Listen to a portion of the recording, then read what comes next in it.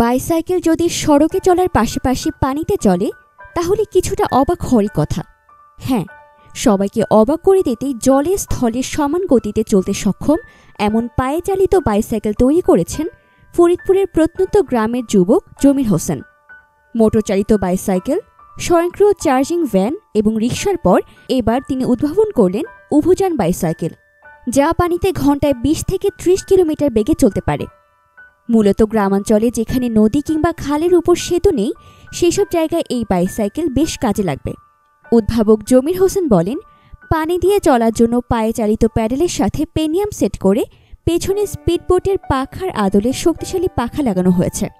পায়ের প্যাডেল একবার ঘুরলে পাখাটি কমপক্ষে ৫০ বার ঘুরবে, আর এতে বেশ স্পিডে পানিতে চলবে বাইসাইকেলটি।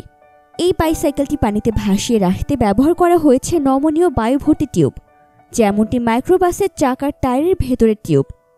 যখন বাইসাইকেলটি সাধারণ রাস্তায় চলবে তখন বাতাসবিহীন টিউব বাইসাইকেলের পেছনে একটি বাক্সে থাকবে। যখন বাইসাইকেলটি পানিতে চালানোর প্রয়োজন হবে তখন শুধু দুটি টিউবে হাওয়া দিয়ে বাইসাইকেলের সাথে নাটবোল্ট লাগিয়ে ফেলা যাবে মাত্র ১০ থেকে ১৫ মিনিটের মধ্যে।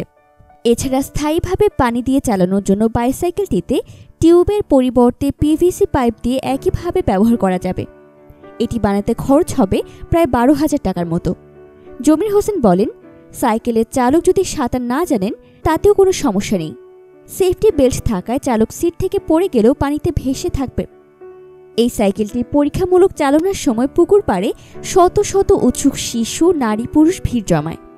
তিনি বলেন, আমার বাবা সামান্য ভ্যান চালক, তাই আমার লেখাপড়ার পাশাপাশি মা বাবাকে নিয়ে সংসার চালানোর পর যা কিছু অবশিষ্ট থাকে তা দিয়ে কিছু তৈরি করার চেষ্টা করি।